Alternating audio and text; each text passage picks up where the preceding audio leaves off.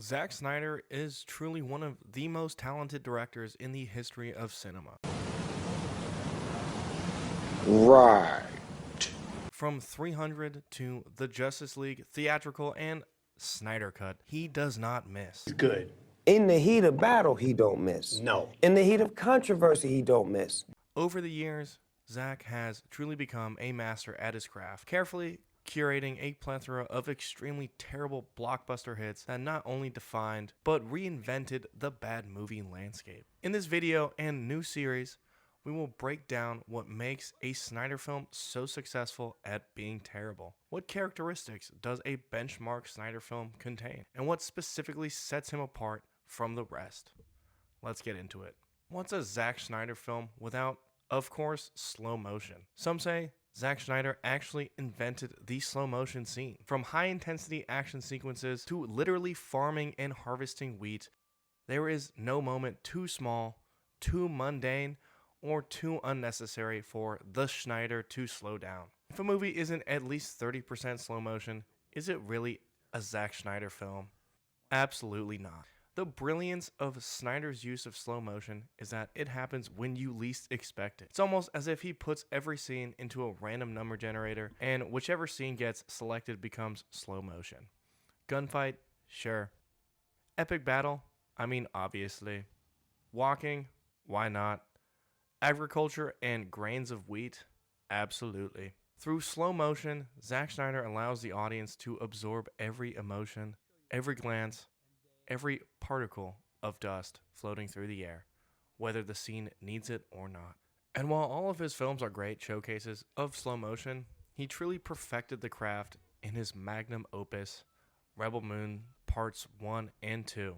When villagers spend what feels like half the movie harvesting wheat, threshing wheat, and gently contemplating wheat in slow motion, it's impossible not to feel the weight, the gravity of what those bushels truly represent. Because without the super necessary slow motion during the harvesting, the threshing, and the winnowing, how could we ever understand the deeper metaphor that is wheat in these movies?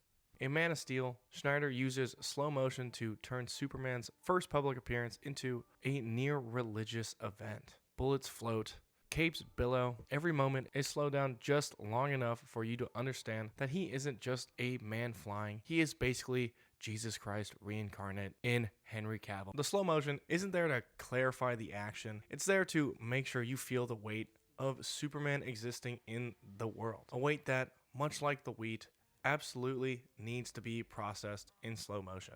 Of course, no discussion of Zack Snyder's iconic slow motion would be complete without the most cinematic slow motion scene of all time.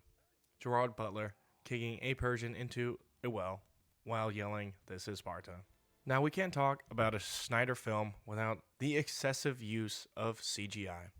Often brilliantly terrible CGI at that. I mean, who could forget in Justice League Superman's totally not obvious CGI upper lip because Henry Cavill was sporting an incredible stash while in the middle of filming Mission Impossible. So, Zack brilliantly decided to just CGI over it and no one could tell at all. I genuinely do not know which Snyder film has more CGI in it, 300 or Legends of the Guardians Owls of Ga'Hoole. Only Zack Snyder can make a movie about talking warrior owls look less animated than 300, a film starring real human beings. What makes Snyder's use of CGI so brilliant is the commitment.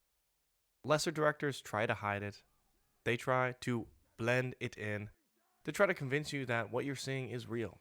Zack Snyder, however, looks you dead in the eyes and says, "No, this is very much fake. You will know it's fake, and you will love it, and, somehow we do." If something can be practical, it should be digital. And if it can be digital, it should be in slow motion. And if it's already in slow motion, make it even slower.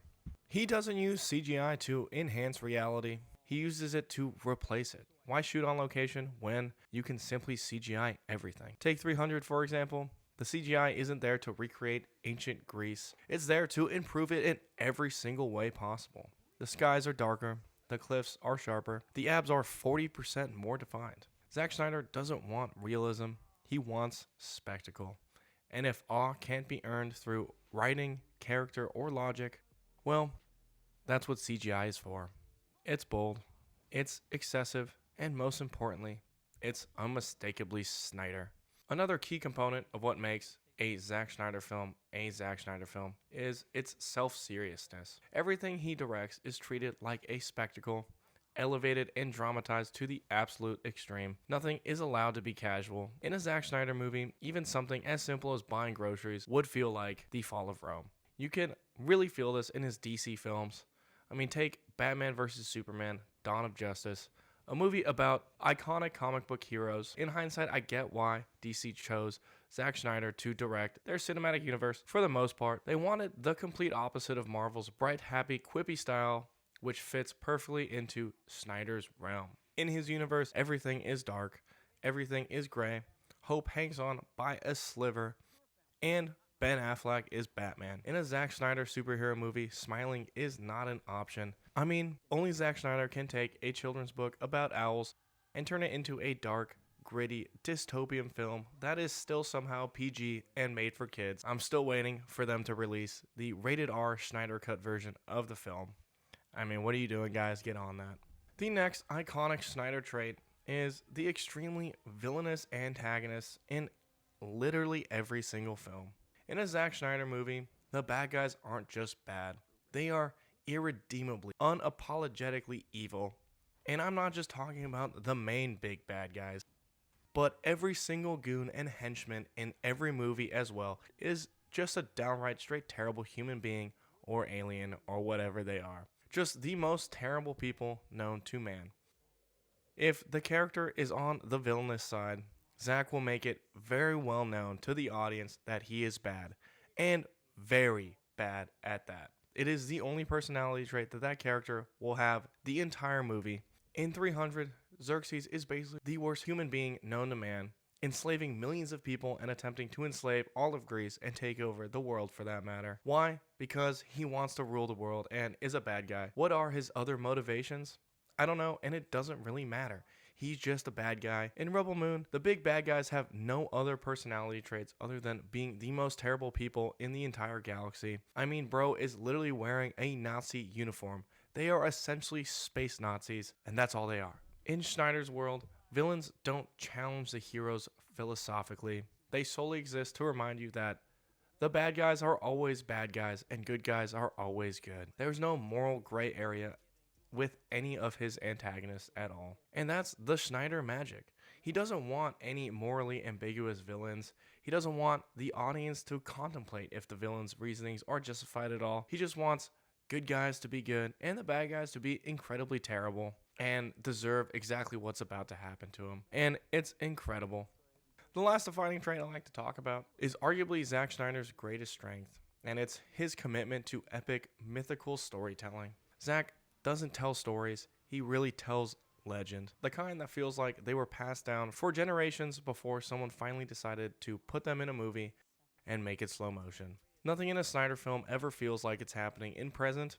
Everything is framed like ancient history the moment it occurs. This is why exposition in Snyder films is so masterfully restrained. Characters don't explain things, they foretell them. Dialogue sounds less like conversation and more like scripture. No one ever just says, "Here's the plan." They say things like, "The world will remember what happens next," which is incredibly helpful when you're trying to understand what's going on and what the plot is. You can see this genius approach in The Man of Steel, where Superman's origin is treated like a sacred text, complete with floating imagery, choir music, and totally not obvious at all Jesus symbolism. You see it again in Batman vs. Superman, where two men fighting is presented like a clashing of gods, whose consequences will echo for the eternity of the universe, or at least until Justice League, because why make the film if Superman is not in it and dead?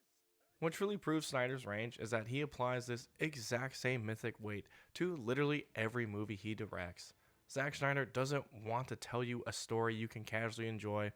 He wants to tell you a story you're supposed to revere, preferably like scripture and definitely in slow motion.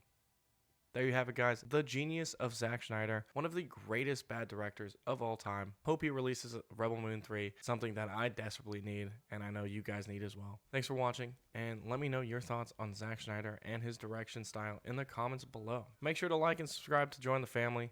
Really helps the channel grow, and I'll see you guys in the next one.